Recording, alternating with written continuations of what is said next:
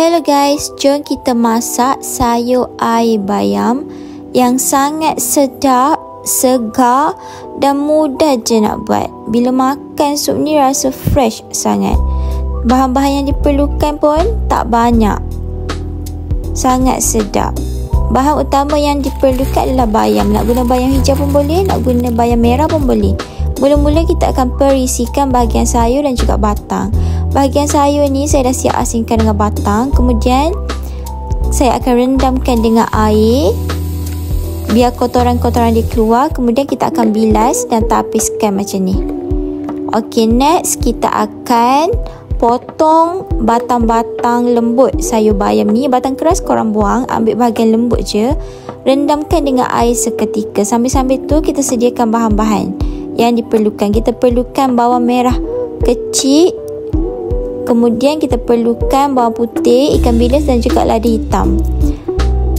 Ketiga-tiga bahan ni kita akan tumbuk lah. Mula-mula tumbuk bawang putih. Kemudian kita akan tumbuk ikan bilis dan juga tumbuk lada hitam.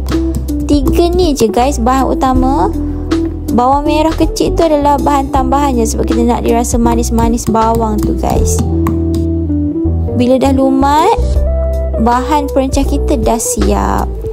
Batang sayur pun kita dah siap bilas, dah siap tapis. Ini adalah bahan-bahan yang kita akan gunakan kejap lagi. Next, bila dah siap semua, panaskan periuk, buka api besar, masukkan air. Kemudian masukkan bahan-bahan yang kita tumbuk tadi, bawang putih, lada hitam dan juga ikan bilis.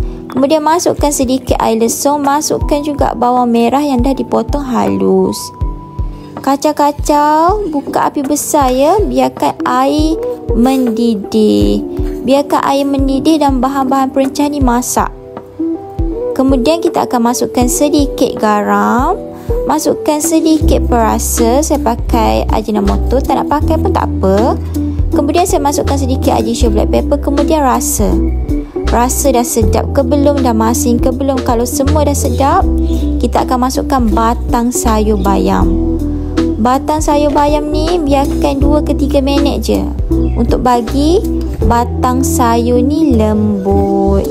Kacau-kacau, bila dah menggelegak macam ni, kita boleh masukkan bahagian sayur. Bahagian sayur ni kejap je dia layu, tak perlu lama-lama sangat sebab nanti tak sedap kalau dia terlampau masak. Kacau-kacau, biarkan mendidih dan biarkan sayur bayam kita ni masak. Biarkan dia layu sikit. Sayur bayam ni sangat sedap. Banyak khasiat sayur bayam ni, sangat bagus. Nak ratah saja pun boleh, nak makan dengan nasi putih macam tu pun boleh, nak makan dengan lauk lain pun sangat sedap guys.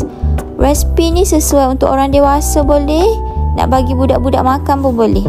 Sayur bayam is done. Sangat sedap, mudah dan cepat untuk disediakan. Kalau korang nak bagi untuk budak-budak makan, kurangkan sikitlah black pepper tu, takut rasa pedas. Sangat-sangat sedap guys. Rasa dia sangat-sangat sedap, rasa segar bila dapat hirup sup bayam ni. Siap untuk dihidang.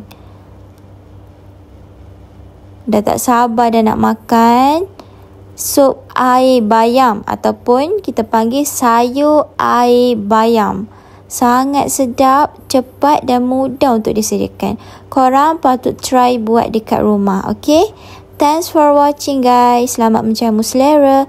Jangan lupa untuk like, share and subscribe to my YouTube channel. Bye, jumpa lagi. Assalamualaikum.